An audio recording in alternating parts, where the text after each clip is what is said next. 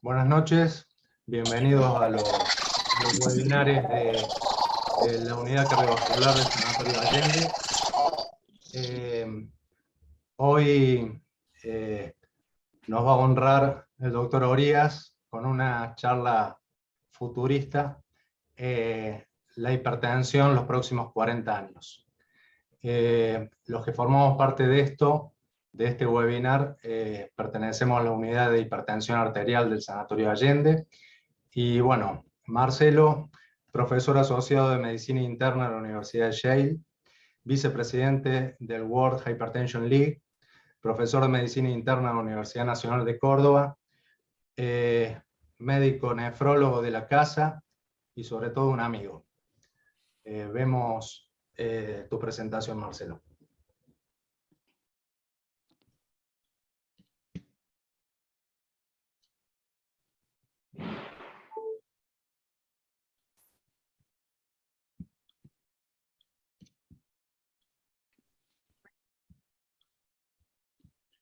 Hola, buenas tardes, ¿cómo están todos? Un gusto saludarlos nuevamente y ya nos encontraremos para la sesión de preguntas y respuestas.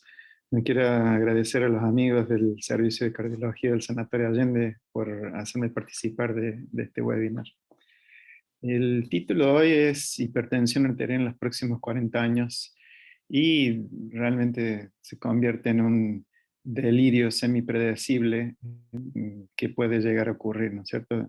Yo, por tratar de dividirlo un poquito, 40 años realmente es muchísimo, lo he dividido en qué pienso que va a pasar en los próximos 40, en los próximos 10 años y después aventurarme más hacia el futuro. Aparatos de medición y comunicación remota, yo creo que eso realmente hoy en día ya lo estamos viendo. Tenemos el estetoscopio y el tensiómetro, que creo que en el futuro van a ser realmente artículos de museo. Como ustedes saben, la tecnología hoy en día avanza a grandes pasos. Y si bien hay que tener mucho cuidado, sobre todo hoy en día, en el cual mucha de esta tecnología no está validada y puede realmente estar midiendo cualquier cosa. En este momento, a nivel mundial, hay un gran empuje a volver a las mediciones con aparatos validados, ¿no es cierto? Pero claramente la tecnología avanza, creo que va a llegar el momento donde estas mediciones sean realmente fidedignas. Y lo interesante de todo es que al poder implantar sensores dentro del cuerpo y estar permanentemente midiendo alguna o muchísimas sustancias en el tiempo, creo que eso nos va a ayudar muchísimo a entender un poquito más muchas de las variables biológicas.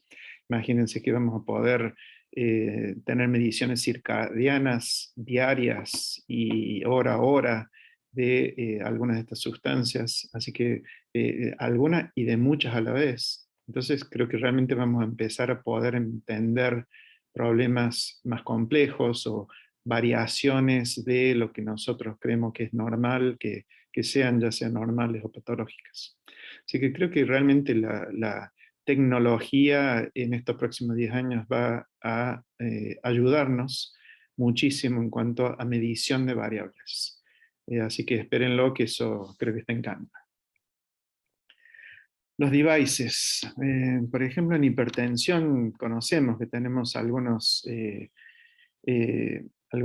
aparatos que nos ayudan. Estos son los de los barorreflejos carotídeos. Ustedes tienen activación externa eléctrica, tienen devices endovasculares que modulan la forma en que los barroreceptores sensan la presión arterial.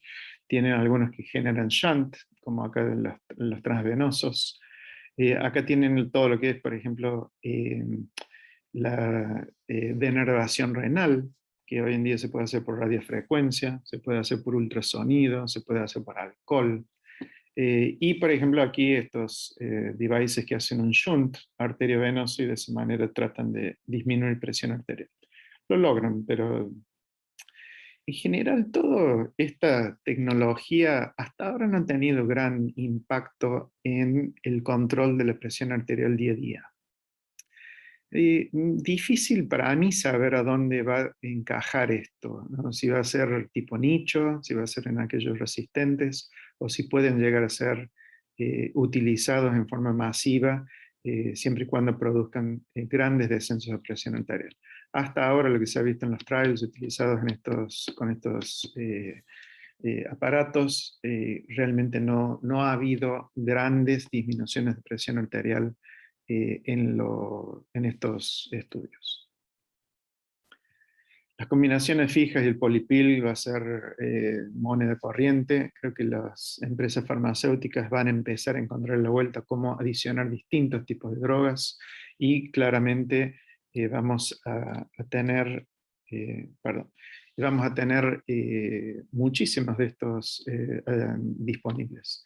Y creo que realmente va a ser un punto muy importante, porque claramente hoy pensar que alguien puede tomar 8, 10, 15 comprimidos distintos, recordar horarios, nunca olvidarse de tomarlos, etc., claramente es muy, muy complicado por el resto de la vida, ¿no? Así que vamos a ver muchísimo más de esto. Creo que, como dije anteriormente, las empresas farmacéuticas les van a encontrar la vuelta a poder combinar distintos tipos de medicamentos en un solo comprimido. La prescripción farmacológica por no médicos. Esto creo que claramente se viene. Estas son las guías de la Organización Mundial de la Salud en hipertensión. Salieron ahora a fin del año pasado. Y acá tienen recomendación de tratamiento por profesionales no médicos. Sugieren que puede ser provista por profesionales no médicos como farmacéuticas o enfermeras, siempre y cuando hayan tenido entrenamiento adecuado, tengan autoridad de prescribir en ese país, obviamente, tengan protocolos de manejo muy específicos y a los que se tienen que adherir plenamente, y tienen que tener supervisión médica. Claramente, por ejemplo, en hipertensión, este es un tema que abarca tanta gente que es muy difícil que los médicos puedan acceder a toda la población en forma accesible, ¿no es cierto? Que realmente el paciente pueda tener su control médico, y sea el médico el que pueda ver a todos estos pacientes. Es realmente una enfermedad muy, muy prevalente. Y bueno, en nuestro país esto no es común, ¿no es cierto? Pero por ejemplo acá en Estados Unidos existen las enfermeras especializadas, existen los physician assistant, son carreras de 2 años en los cuales aprenden bastante medicina y después se dedican a un área de la medicina, permanentemente supervisados por un médico, pero es como que agrandan el pool de personas que puede ver pacientes, ¿no? Así que yo creo que eso claramente se viene. Hay muchísimos estudios ya en la literatura que presión arterial manejada por farmacéuticas entrenados, etcétera, etcétera, pueden bajar la presión arterial. Hay estudios de lugares donde uno se va a cortar el pelo, donde pueden tomar la presión y ayudar la adherencia, ¿no es cierto? Así que creo que realmente si vamos a bajar la presión arterial a una vasta proporción de la población, vamos a necesitar no solo los médicos, sino de todo el equipo de salud pública. Medicina personalizada, eso ya está encima, ¿no es cierto? ¿Qué hace la medicina actual? Toma muchos pacientes, saca un paciente promedio, hace un tratamiento estándar, y bueno, ese tratamiento a algunos lo ayuda, a otros no lo ayuda, y en otros puede tener más efectos adversos que ayuda, ¿no?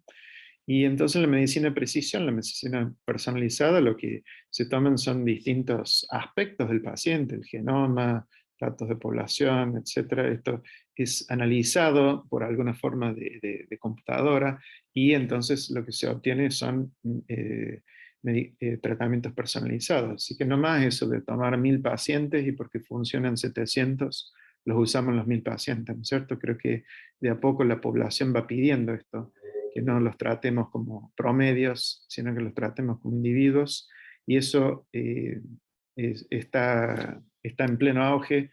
Creo que en los próximos 10 años vamos a ver muchos avances en ese sentido. Y por último, creo que va a haber un control de la presión arterial en más del 80% del mundo. Sé que muchos me van a decir como que le pasa a Ori, está delirando, ¿no? Pero acá tienen, por ejemplo, el estudio HOT, y acá tienen el estudio, esto es un estudio epidemiológico, el ENHANES, se hace en Estados Unidos, son los verdaderos estudios epidemiológicos, ¿no? Donde agarran un barrio y al azar van a distintos lugares, van, miden la presión y se fijan si sabían si eran hipertensos, si está controlado, si están medicados, etcétera, etcétera. Este es un poquito más viejo, habla de alrededor de un 20, hoy en día está más cerca del 30, 35% el control, y en algunos lugares un poquito más. ¿Cuál es la gran diferencia entre esto y esto? Y yo les diría que obviamente la gente que participa de estudios clínicos es más motivada, tiene una serie de sesgos, esto que obviamente esto no lo tiene. Pero acá hay una diferencia fundamental, que acá el seguimiento es obligatorio, ¿cierto? Cuando un paciente se enrola en un estudio clínico, si no viene a la consulta, en general mandamos a los bomberos, a la policía, a todo el mundo a buscarlo a la casa, ¿no? Lo llamamos por teléfono, digamos, no dejamos que el paciente no cumpla. En la forma de practicar medicina, y se va avanzando, ¿no es cierto? Uno le dice, bueno, vuelve en un mes, y si no vuelve, es como que por ahí nadie se da cuenta y probablemente nadie le importa, porque bueno, el paciente tendría que tener su responsabilidad, eso es la forma que nos enseñan a hacer medicina. A que, bueno, que el paciente tenga su responsabilidad y que uno pueda ayudarlo, controlarlo, etc. Y bueno, y si ustedes ven, hemos avanzado bastante en el tiempo. Acá tienen los estudios grandes que hubo en hipertensión, acá tienen los consensos que fueron haciendo las sociedades científicas, acá tienen los JNC, y en cuanto a esto es diastólica, acá arriba está la sistólica, y fíjense cómo los europeos también empezaron a hacer sus consensos, y muchas veces han divergido en sus recomendaciones, pero se ha logrado mucho, ¿no? Fíjense, esto es la mortalidad ajustada por edad de ACV, y acá abajo tienen enfermedades respiratorias crónicas, para saber, ¿viste?, si esto es simplemente mejoría de la medicina o esto realmente es mejoría porque ha habido intervenciones específicas en ACV. Fíjense que se ha logrado muchísimo, ¿cierto? Realmente mucho a lo largo de los años. Pero imagínense que si en lugar de 20%, 25% de la población, que en muchos lugares ni siquiera es eso, tuviésemos el 60%, el 80% de la presión arterial controlada. ¿A dónde estarían estas cifras, no? Así que se ha avanzado, pero en muchos lugares, esto es un poquito viejo, esto se ha visto que se ha empezado a aplanar la curva y en algunos lugares ha subido, ¿no? Entonces, ¿qué me hace ser tan optimista? Que yo creo que para controlar presión arterial lo que hace falta es implementación. Las drogas las tenemos, son drogas efectivas, a veces hay que tomar unas cuantas, pero en general la presión arterial se logra controlar, no es como hace 30 años que era difícil controlar la presión arterial. Así que, fíjense, esto es el Kaiser permanente, esto es una gran mutual que existe en California, y toma varios estados, son varios millones de pacientes. Fíjense que ellos pasaron de un control del 44% a 90% en 13 años. Y esto lo han mantenido el tiempo, hay varias publicaciones de esto. Así que, ¿qué hicieron ellos? Bueno, ellos tienen un algoritmo, perdón, ellos tienen una serie de elementos que es simplemente implementación. Hicieron un algoritmo, todo el mundo tiene que usar ese algoritmo, no hay libertad de los médicos para usar la droga que quieran, etc. Así que lo tratan como un estudio clínico.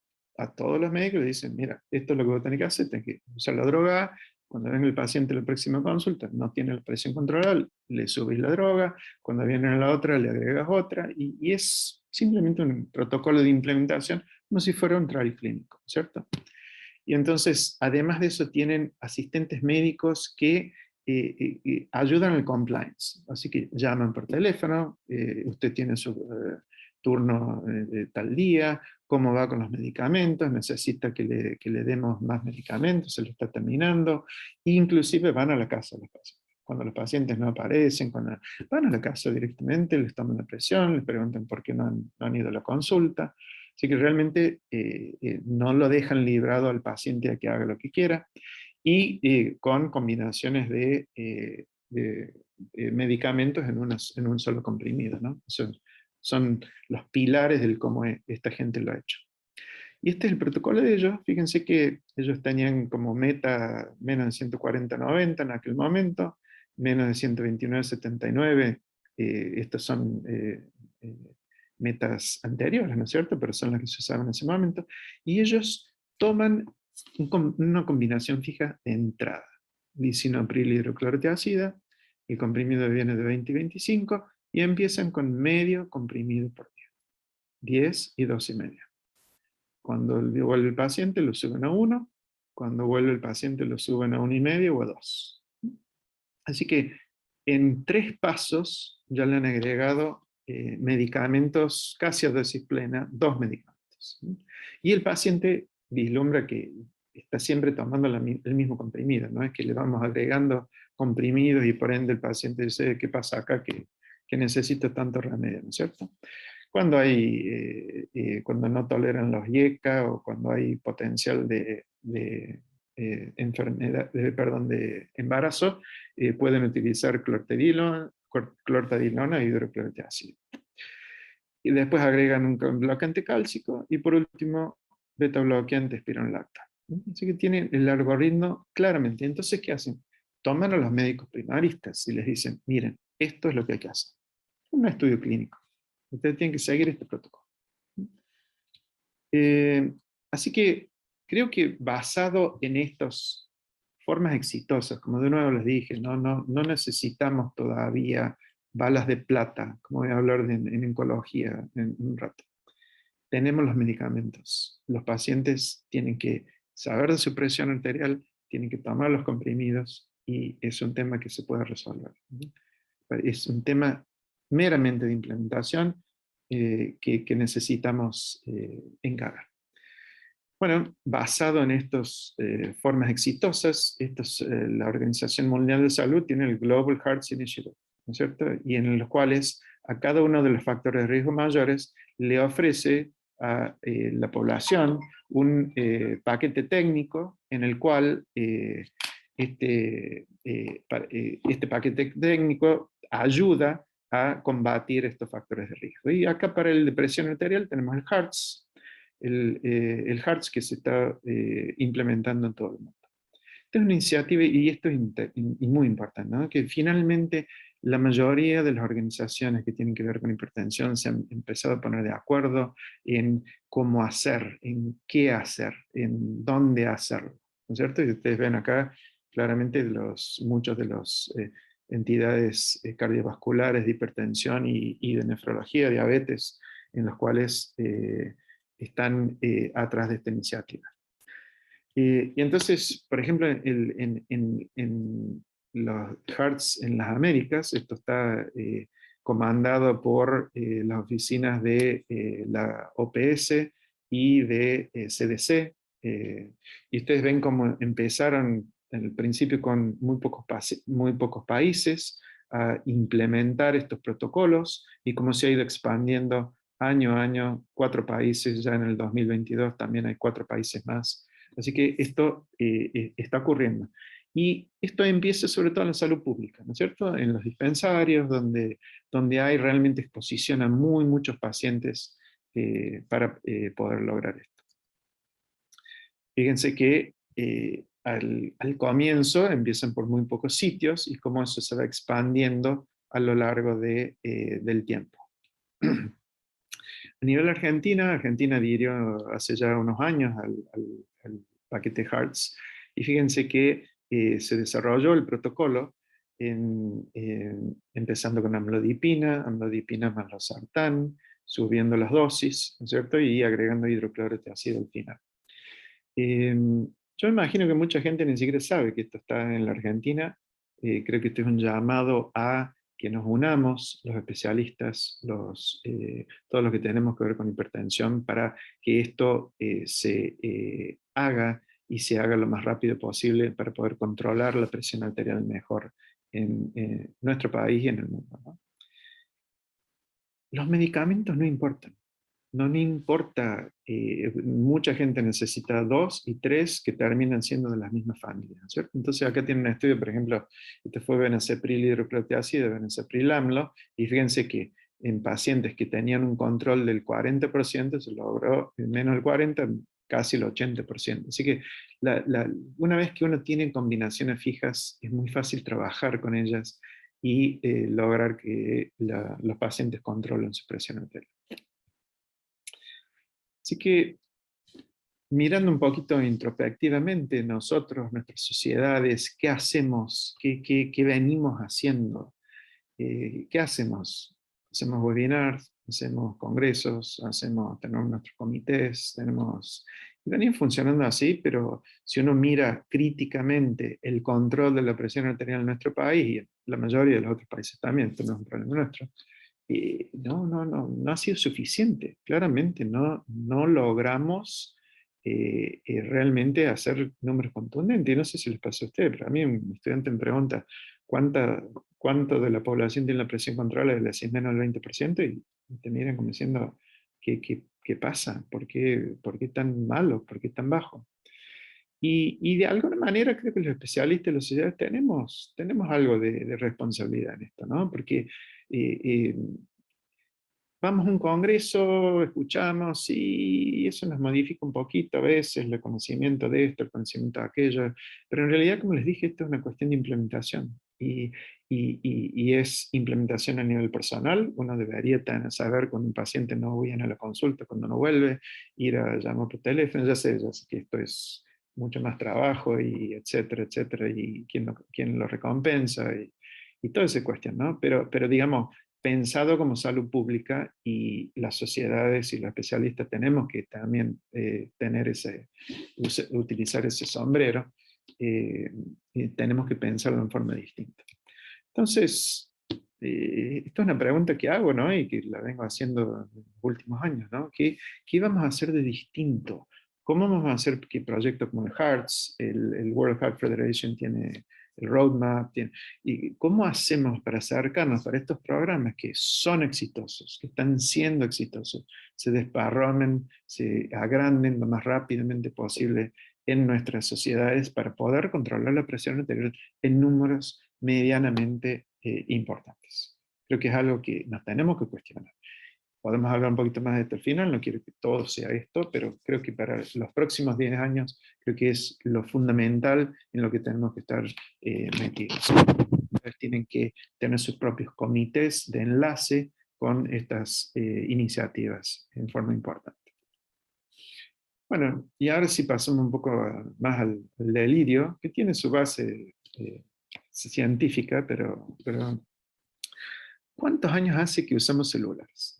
Así que pónganse a pensar, estamos en 2022, ¿desde cuánto hace que usamos celulares?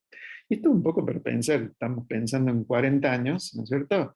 Estamos pensando en 40 años, ¿cómo hacemos para pensar en 40 años? Entonces, bueno, los celulares, el primer zapatófono acá lo tienen en el 81, así que eso hace como 40 años, ¿no es cierto? Ahora, en realidad, por ejemplo, el iPhone, ¿cuánto hace que lo tenemos? Acá tienen, el iPhone salió en 2007, así que hace aproximadamente unos 15 años, ¿no?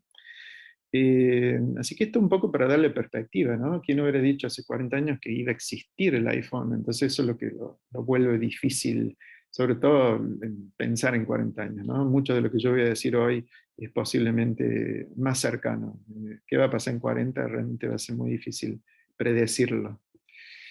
Una de las cosas importantes que está ocurriendo, que todavía Argentina no tiene gran extensión, es la red 5G, ¿no? Y 5G realmente va a permitir una transmisión de datos de una forma muchísimo más rápida y en mayor cantidad, ¿no? Tal es así que, por ejemplo, va a permitir que una cirugía remota hecha por robot sea manejada por alguien en Europa, por ejemplo, alguien que está en Sudamérica. El robot, la transmisión de datos desde Europa a Argentina va a ser de tal magnitud que va a permitir estar haciendo en tiempo real una cirugía en forma remota. Etiología y fisiopatología. ¿Qué dije de la bala de plata? Bueno, los oncólogos realmente han aprendido muchísimo en este tiempo de fisiopatología, ¿no? De los distintos tumores, los receptores, cómo van mutando, cómo se esconden en el sistema inmune, cómo metastatizan. Entonces realmente han ido desarrollando, fíjense, elementos fisiopatológicos que han permitido que se vayan haciendo anticuerpos monoclonales, ¿no es cierto? Y la explosión de anticuerpos monoclonales en oncología, por ejemplo en nefrología hay onconefrólogos en este momento, hay gente que se dedica solamente a todo lo que es medicamento nuevo y cómo impacta en el riñón, etcétera, etcétera. Entonces, ojalá esto pase en la hipertensión. Yo creo que sí, creo que vamos entendiendo cada vez más de hipertensión. No hemos tenido buenos modelos fisiopatogénicos, no hemos tenido eh, buenos fenotipos. Fíjense, esto es Lara y esto es perfiles de renina, que bueno, obviamente tienen su lógica. Lo que pasa es que todavía acá adentro y acá adentro hay, no sé, muchísimos más perfiles, así que no hemos quedado cortos siempre en el fenotipiado. Siempre es como grandes sistemas, ¿no es cierto? Y seguramente entre cada este sistema debe haber 30, 40 distintos fenotipos, ¿no? Así que creo que una de las cosas que tenemos que hacer mejor es fenotipiar. Esto me lo han visto ya muchísimas veces. Cuando uno dice hipertensión, fenotipos, y es como que no hay muchas, porque realmente no hemos tratado, no hemos avanzado en reconocer estos fenotipos. Y en cuanto uno reconozca fenotipos, creo que va a ser mucho más fácil encontrar medicamentos más precisos para cada individuo, cuáles son los que responden mejor a los diuréticos, cuáles son los que responden mejor a aquellos. Y seguramente habrá monoclonales orientados a la fisiopatología de cada uno, ¿no es cierto?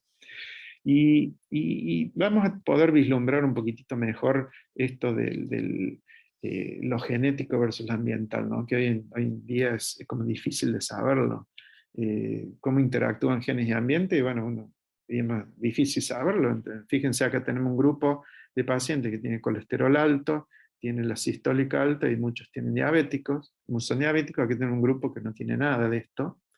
Y entonces esto uno podría decir, bueno, esto es síndrome metabólico, esto es adquirido, la gente va engordando, va logrando su pancita y por ende termina con esto, ¿no? En realidad fíjense que esto es una misma familia y acá hay un solo gen de diferencia entre los sanos y los no sanos, ¿no? Así que acá tienen un gen manejando tres factores de riesgo distintos. Y seguramente hay familias que tienen para cada uno de estos factores de riesgo un gen o dos genes, pero para cada uno de ellos. Entonces, creo que todavía no hemos podido vislumbrar mucho de esto, pero con algunas de las tecnologías que les voy a mencionar más adelante, creo que va a ser mucho más fácil entender algunas de estas enfermedades y qué las produce. Y tenemos que aprender muchísimo todavía. Fíjense que cuando uno hace el knockout de este transportador de aniones orgánicos, así que esto es el túbulo proximal, fíjense todos los transportadores de aniones orgánicos, que son los que hacen que los medicamentos sean secretados, que algunas otras cosas sean secretadas, que algunas sean reabsorbidas. Bueno, cuando uno noquea algunos de estos transportadores, ese knockout, ese ratón knockout, termina siendo hipertenso, ¿no es cierto? Y bueno, todavía nos cuesta entender cómo este mecanismo produce hipertensión. Hay alguna sustancia endógena que se transporte, que se deje transportar. Así que creo que todavía nos falta muchísimo entendimiento, que mientras más prestemos atención a fenotipos, vamos a entender mecanismos, y al entender mecanismos vamos a tener algún día, como los oncólogos, la bala de plata. Habiendo dicho esto, no necesitamos la bala de plata para controlar presión arterial en la población, y a eso nos tenemos que abocar hasta que tengamos estas balas de plata, ¿no? Manipulaciones genéticas. Acá tenemos distintas formas en las cuales genes producen hipertensión, ya sea a veces un factor único que hace que toda esta gente sea hipertensa, o muchas veces muchos factores que van agregando cada uno un poquito al aumento de presión arterial.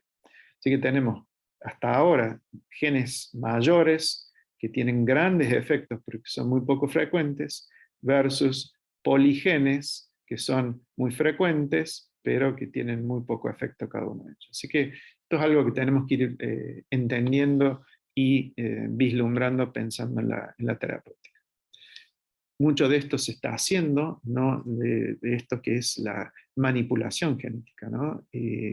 todavía sin grandes logros que sean muy generalizables a enfermedades muy comunes, ¿no? Pero en enfermedades mucho más, enfermedades no tan comunes, esto es bastante frecuente con algunos muy buenos resultados, ¿no? Así que poder introducir genes a través de virus dentro de las células y producir genes, proteínas normales. Acá tienen inyecciones de células madre, pluripotenciales que pueden reparar, que pueden generar tejido nuevo. Así que creo que vamos a ver muchísimo de eso en los próximos años. Por ejemplo, los test genéticos. Todo paciente que en su biopsia no haya una información clara del por qué tiene enfermedad renal, ya no nos quedamos con que fue hipertensión, ¿no es cierto? Y hay paneles genéticos, hay 385 genes asociados con enfermedades del riñón, así que esto se hace, uno pide el test, es sangre o saliva, así que es muy fácil de obtener. El paciente puede llevarse el kit y mandarlo desde la casa, y aproximadamente en 3 semanas están los resultados. Y esto nos está permitiendo realmente conocer muchas enfermedades o variantes de enfermedades comunes que producen enfermedad. Ojo que también en esto tienen los genetistas, los counselors, la gente que da información sobre lo que tienen sus genes, así que los médicos pueden quedar totalmente fuera de este circuito. Y muchas veces un paciente viene con esto y dice, ¿me puede explicar qué tiene? Y bueno, si uno no empieza a entender estas cosas, claramente va a quedar fuera del circuito aquí, ¿no? Inteligencia artificial va a ser una de las grandes revoluciones, ¿no? La inteligencia artificial va a permitir cálculos y va a permitir entender interacciones de variables que hoy en día no entran en la cabeza. Así que claramente la inteligencia artificial va a permitir que todas estas interacciones entre distintas proteínas, que hoy en día vemos una proteína que actúa con la otra y no sabemos la miríada de interacciones entre proteínas, creo que eso va a empezar a ser reconocido. La inteligencia artificial con sus variantes de la Real ID, de la inteligencia real artificial va a permitir, por ejemplo, disecciones en situaciones totalmente ficticias o virtuales, en los cuales, por ejemplo, en la anatomía la gente va a estar disecando un cuerpo sin realmente necesitar el cuerpo. Eso ya hoy en día se hace, pero creo que realmente nos va a permitir de una manera muy importante el lograr entender el cuerpo humano y vislumbrar el cuerpo humano de otra manera, ¿no? La computación cuántica va a convertir las computadoras de hoy en día, inclusive las más potentes, en algo totalmente principiante. Realmente la capacidad de análisis que van a tener estas computadoras va a ser impresionante. Van a poder en una de esas analizar todo el genoma humano en segundos, en minutos. Así que claramente esta tecnología también va a revolucionar. Y esta va a ser bastante más cara. La computación cuántica requiere aparatos complejos y costosos, ¿no? En cambio, la inteligencia artificial va a ser algo que va a revolucionar, pero en muy poco tiempo la medicina. Y bueno, va a haber una reducción de enfermedad cardiovascular y de cáncer. El promedio de vida va a ser alto. Acá, en muchos lugares del mundo, es muy común tener pacientes de 90 años, ¿no es cierto? Bastante común. Y va a ser común tener pacientes de más de 100 y pacientes de más de 110 años. Claramente la medicina y la tecnología está avanzando y está permitiendo una mayor vida y sobrevida en este aspecto. Los otros días di una charla a alguien que hablaba sobre cáncer de mama, ¿no? Uno de los investigadores, y él dice que él tuvo hemofilia y bueno, iba a morir no sé, antes de los 10 años y aparecieron los factores antihemofílicos. Entonces, después se agarró HIV, con muchos de esos pacientes que tenían transfusión a cada rato y se iban a morir de HIV, y bueno, aparecieron los medicamentos para el HIV, se agarró hepatitis C, el tipo, y bueno, y salieron los medicamentos para la hepatitis C, así que realmente lo que iba avanzando en medicina, y este hombre tiene 70 años, ¿no? Y se iba a morir antes de los 10. Así que, bueno, creo que eso va a ser realmente una de las consecuencias de los adelantos de la medicina. Perdón, y siempre y cuando no aparezcan nuevas pestes, ¿no? que vayan haciendo que esto no vaya ocurriendo, que ese es el balance a veces que ocurre en nuestro ecosistema. Así que en resumen, creo que vamos a saber la etiología de hipertensión en la mayoría de la gente. Calculo que entre unos 10 y 20 años yo creo que eso lo vamos a saber. Creo que los medicamentos a utilizar en cada situación, creo que también. Creo que vamos a poder controlar la presión arterial en los próximos 10 años en cuanto toda la comunidad médica nos pongamos las pilas en este aspecto y apoyemos estas grandes medidas a nivel global que están ocurriendo. Y vayan pensando en qué planeta quieren vivir, ¿no? Porque, bueno, el planeta nuestro se está calentando, así que en una de esas, todo esto que estoy hablando puede quedar en la nada de acuerdo a qué hagamos con nuestro ambiente.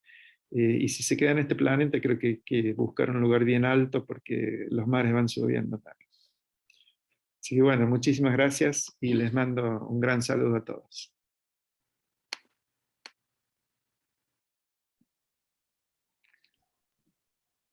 Bueno, excelente. Yo iba a decir anteriormente que en hipertensión tenemos dos grandes deudas. Una deuda es en el diagnóstico y otra deuda es en el tratamiento, ¿no?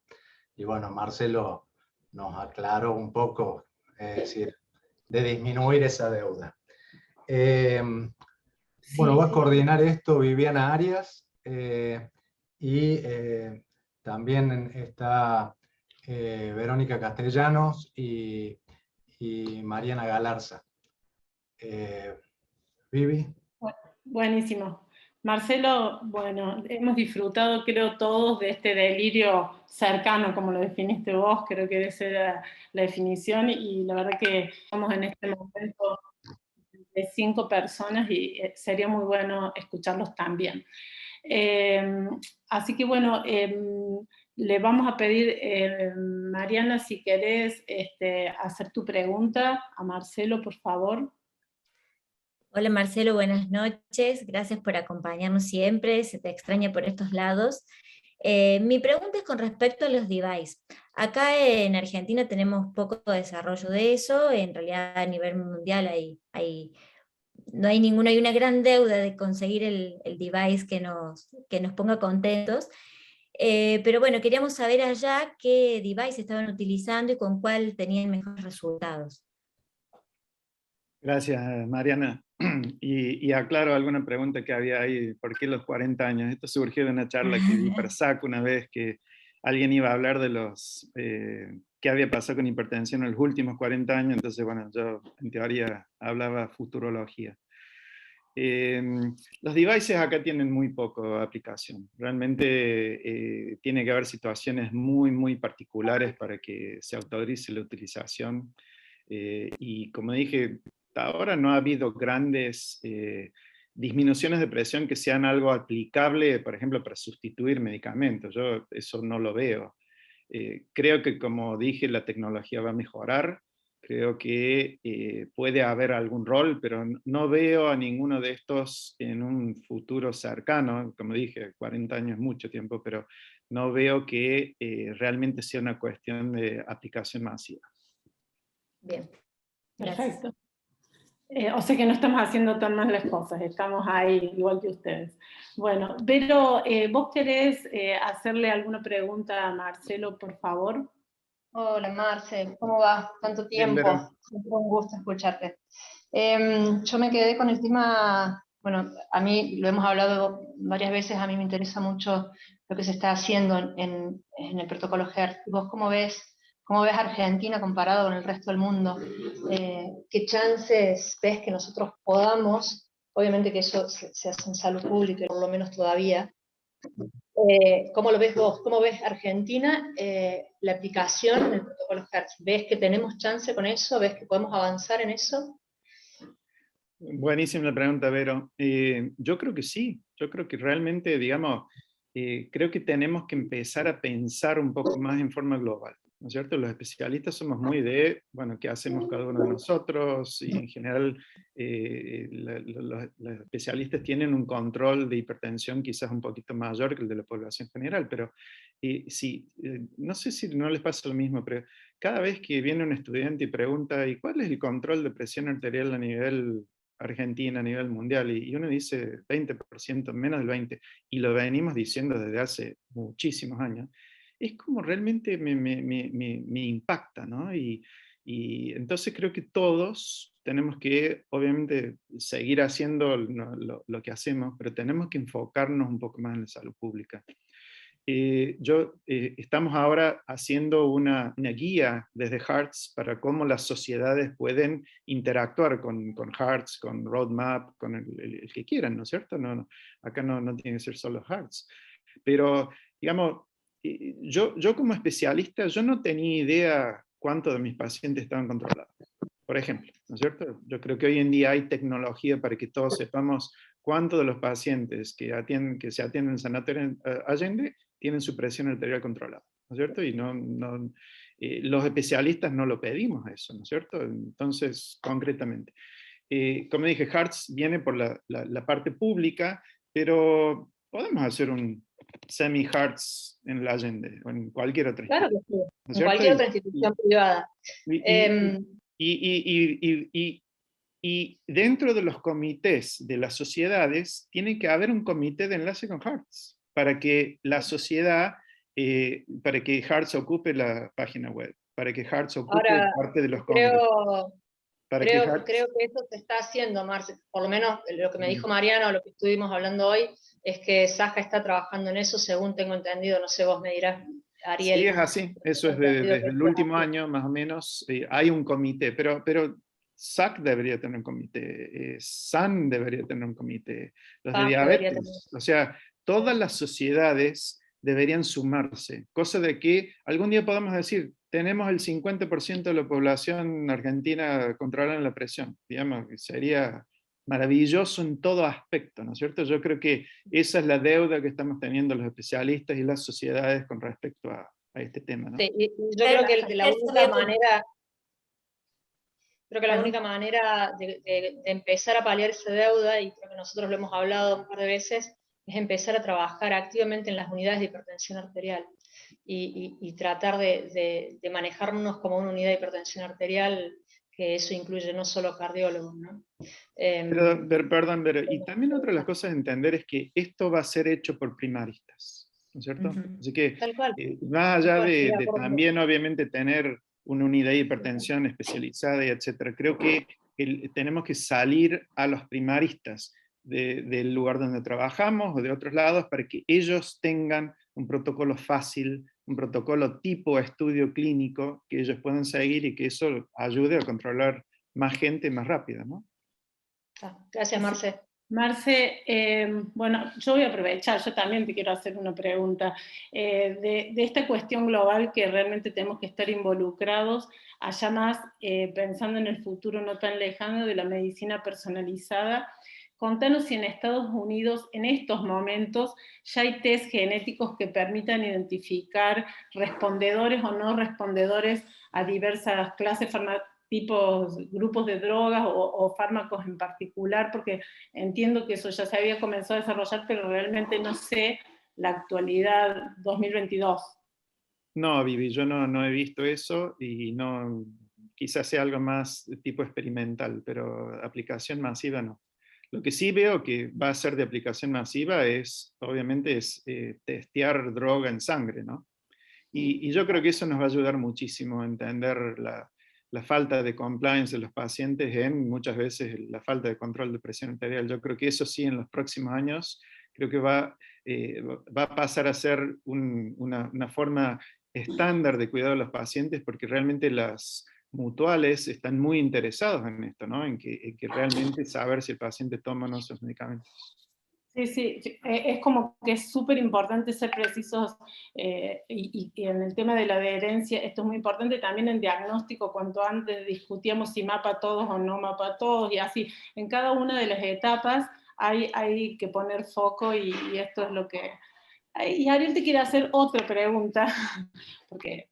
Marcelo, ya sé que todos sabemos la respuesta, pero vos estás en Estados Unidos, y bueno, Estados Unidos es menos de 130-80, en el resto menos de 140-90. ¿Qué tratamos? ¿De llevar la tensión por debajo de esos valores o tratamos riesgo global? Yo creo que si nosotros lográramos que 60-80% de la población tuviera menos de 140-90, yo creo que ya estamos, ¿no? Y me parece como una primera meta insuficiente, pero, digamos, lograr que la amplia mayoría de la gente esté por debajo de eso ya sería un golazo.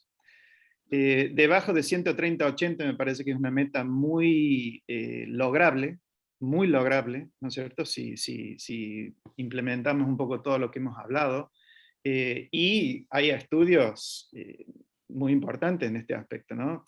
El otro día di una charla sobre sprint, ¿no es cierto? Y cómo la interpretación juega distinto rol en el medio o en el país en que uno se encuentra, ¿no es cierto? Nosotros todavía tenemos 140-90, los europeos tienen 140-90, y un poco es aceptado en nuestro medio eso.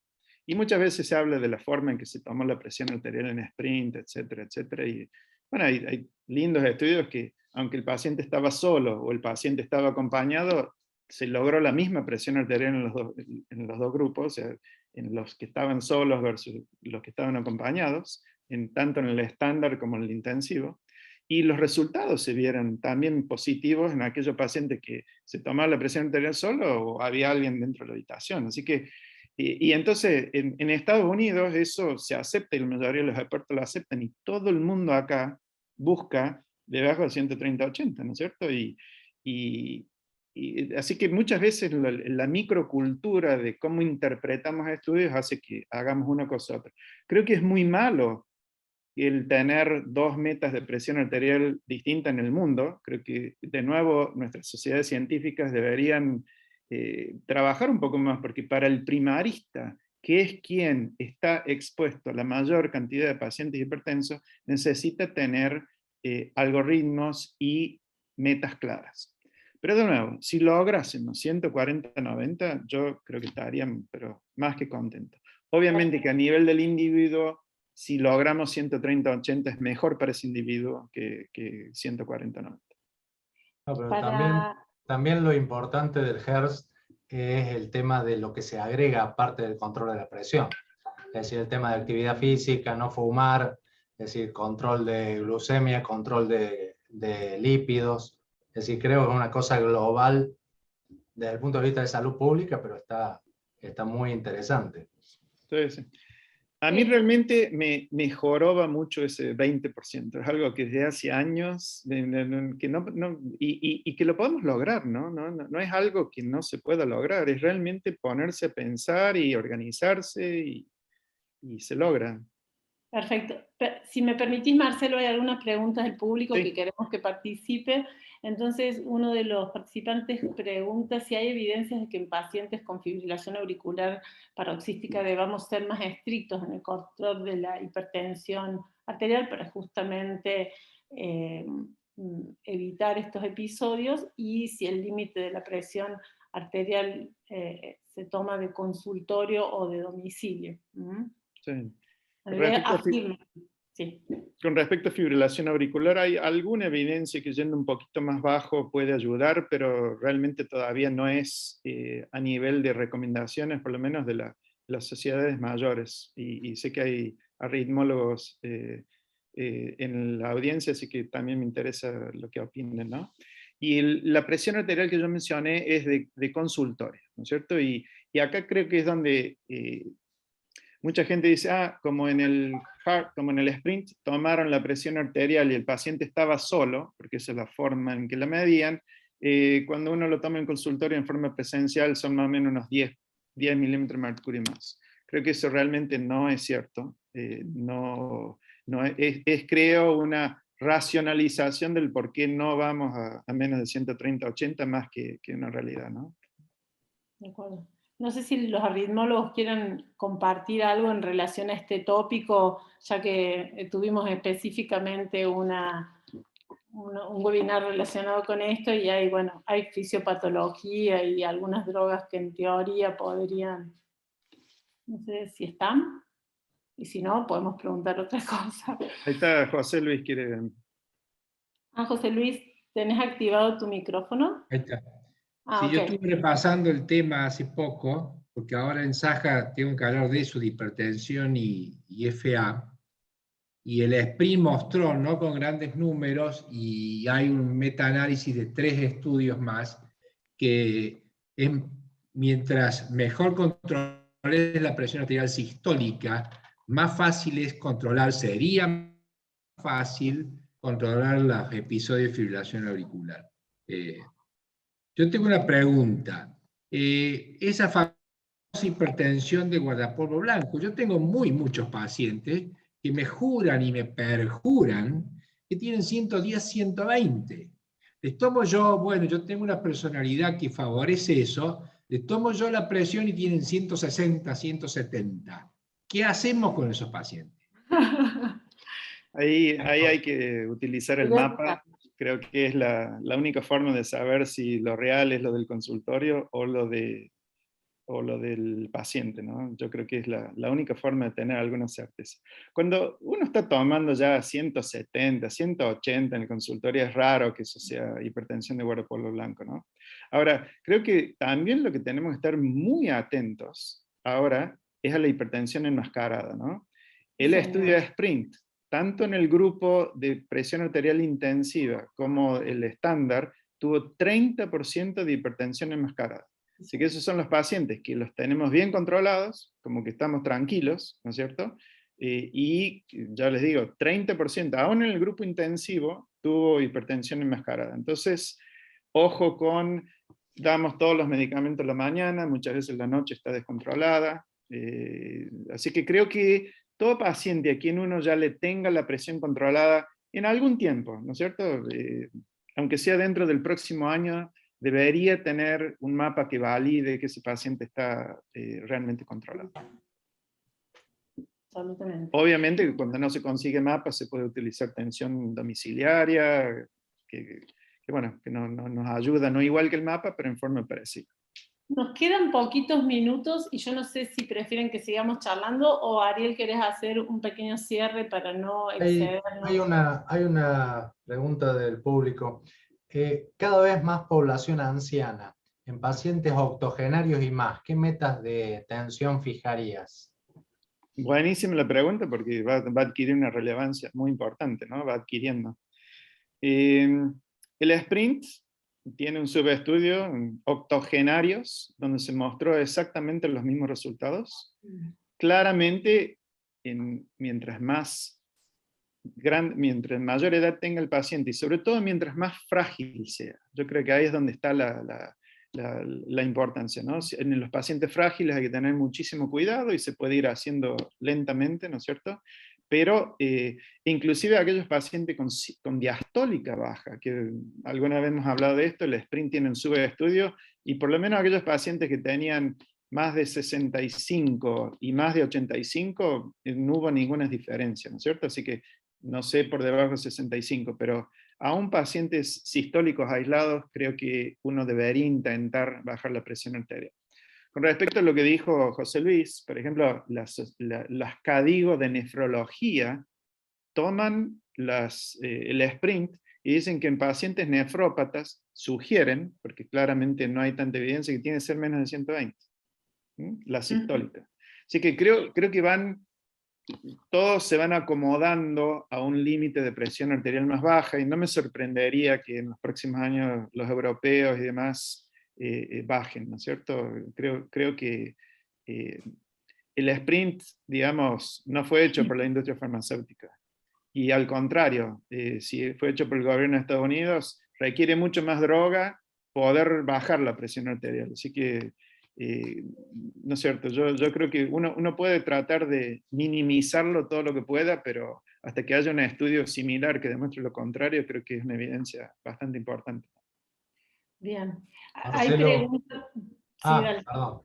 No, que hay otra pregunta en relación a los pacientes que hacen reacciones hipertensivas durante la ergometría, que es algo como re frecuente, y bueno, ahí hay un tema, ¿no? Deportistas, ¿eh? Tenemos O sea, sí. deportistas, dice. Está bien. No sé, pero da igual. Ese es un muy buen fenotipo, Vero, como hemos hablado tantas veces, ¿no? Que uno debería estudiarlo, debería estudiarle todas las variables, porque seguramente son distintas.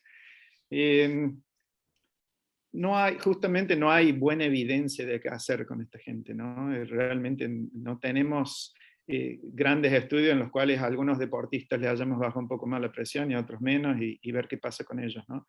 Creo que en general la prudencia es importante, ¿no es cierto? Pero la amplia mayoría que tiene una reacción hipertensiva en la ergometría, que yo sepa por lo menos, no tiene números importantes en los pacientes que realmente tengan un problema cardiovascular pronto, ¿no es cierto? Y ustedes saben más que esto de yo, más de esto que yo. ¿Sabes qué es lo que a mí me preocupa en este tema? Y lo digo rápido porque se nos termina el tiempo. Que vos, estos deportistas que consideras alto rendimiento, suponete más de 8 horas semanales, eso es lo que dicen algunos, y me parece que yo particularmente creo que consideraría más horas, pero ponerle a una persona que entrena 10 horas semanales y que entonces 10 horas semanales está hipertenso y después va a competencias largas, hablo de triatlonistas, de ultramaratonistas, entonces te vienen al consultorio y vos ves cómo van dilatando la aurícula con el paso del tiempo, ves sus ergometrías con respuestas hipertensivas, sus mapas están normales, pero el mapa está hecho tranquilo cuando él no está esas 7 horas corriendo. Y después te encontrás con que terminan con unas aurículas gigantes. Entonces yo siempre me pregunto, y no tengo respuesta para eso, ¿qué hago con esa población? O sea, ¿lo dejás que siga dilatando sus aurículas? Porque terminan con aurículas grandes, y sabemos todo lo que trae eso. Ahora, la gran pregunta ahí es si lo hacen solamente porque hacen hipertensión en ese rato que decís vos, ¿no? Y si uno los trata, estos pacientes, si uno los trata, ¿qué les pasa cuando no están corriendo? ¿Van a estar con la presión muy baja? ¿Qué pasa a la hora 6 cuando vasodilatan y en una de esas su presión? Así que realmente es un dilema, Vero, coincido, del cual yo no tengo buenos datos. No. Y si funcionan como hipertensos, como si fueran un guardapolvo blanco, que lo que hacen es alertarnos de situaciones puntuales, digamos, y hay que seguirlo. Intento hacer una equivalencia. No, o digamos, las catecolaminas que se secretan durante tanto tiempo, si es ese el problema y no la hipertensión. No sé, creo que es complejo medicarlos a estos pacientes por los momentos en que no están haciendo esto, o hacia el final, cuando están tan vasodilatados y deshidratados, ¿no? Sí, había un trabajo, que a lo mejor José Luis tiene idea, de atletas que dilataban la aurícula y la incidencia de fibrilación auricular que tenían, ¿no? En el tiempo. Pero bueno, sí, yo tampoco tengo respuesta. No sé qué se hace con eso.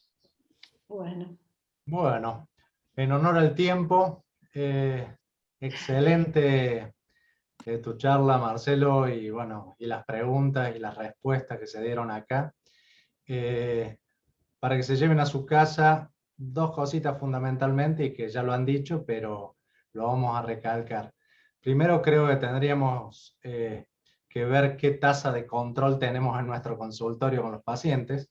Es decir, tal vez habría, como dijo Marcelo, hacer un mapa de vez en cuando a los pacientes para ver qué tasa de control tenemos. Y lo otro, basado un poco en el consultorio, en el Hertz, es decir, tendríamos que empezar con combinación de drogas desde el comienzo para, yo diría, la mayoría de los pacientes hipertensos. Es decir, acá en Argentina hay combinaciones que probablemente son altas. Doy un ejemplo, perindopril 5, amlodipina 5, pero en Europa hay dosis más bajas, es decir, combinaciones de menos dosis, y ya arrancan con combinaciones. Bueno, muchísimas gracias. Y hay hay un link para responder qué les pareció el webinar. Muchas gracias. Quiero agradecerles a Gracias. todos la oportunidad, quiero agradecerles a todos la oportunidad de ver tantas caras amigas y conocidas y bueno, de poder estar en contacto de nuevo con ustedes. Realmente ha sido un gusto.